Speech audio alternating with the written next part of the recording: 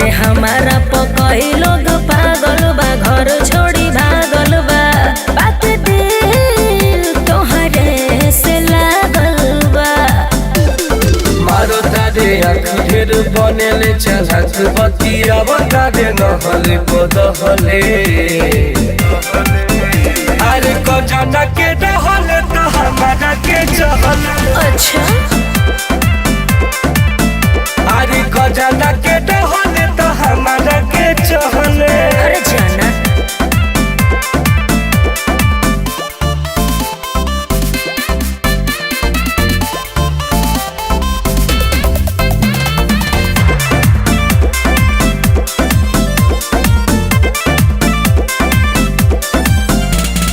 पानी बिना मछरी के जैसे हम मारी, तोहरे से रियल वाला प्यार हम करी।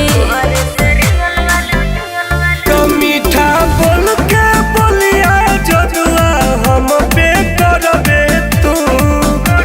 आय अंगुरी धरत धरत गर्दन कहियो धरबे तू। रहनी कनल तब पूछले न हाल वो घरिया तू बोल कहाँ रहले। अरे कजना के डहले तो हमारा के चहले। का अरे कजना के डहले तो हमारा के चहले।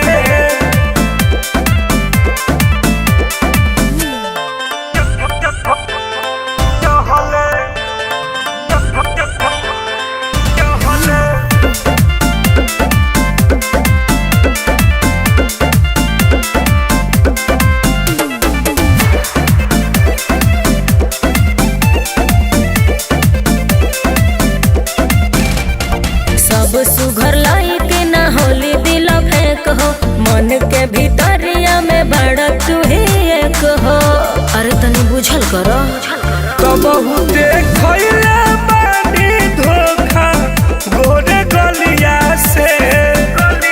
हमार का बसब तोहार ओठल लिया से। कहले आजाद लब जब के सवाद नहीं लेने का शादी से पहले। कजना के रहले तो हमारा के चहले।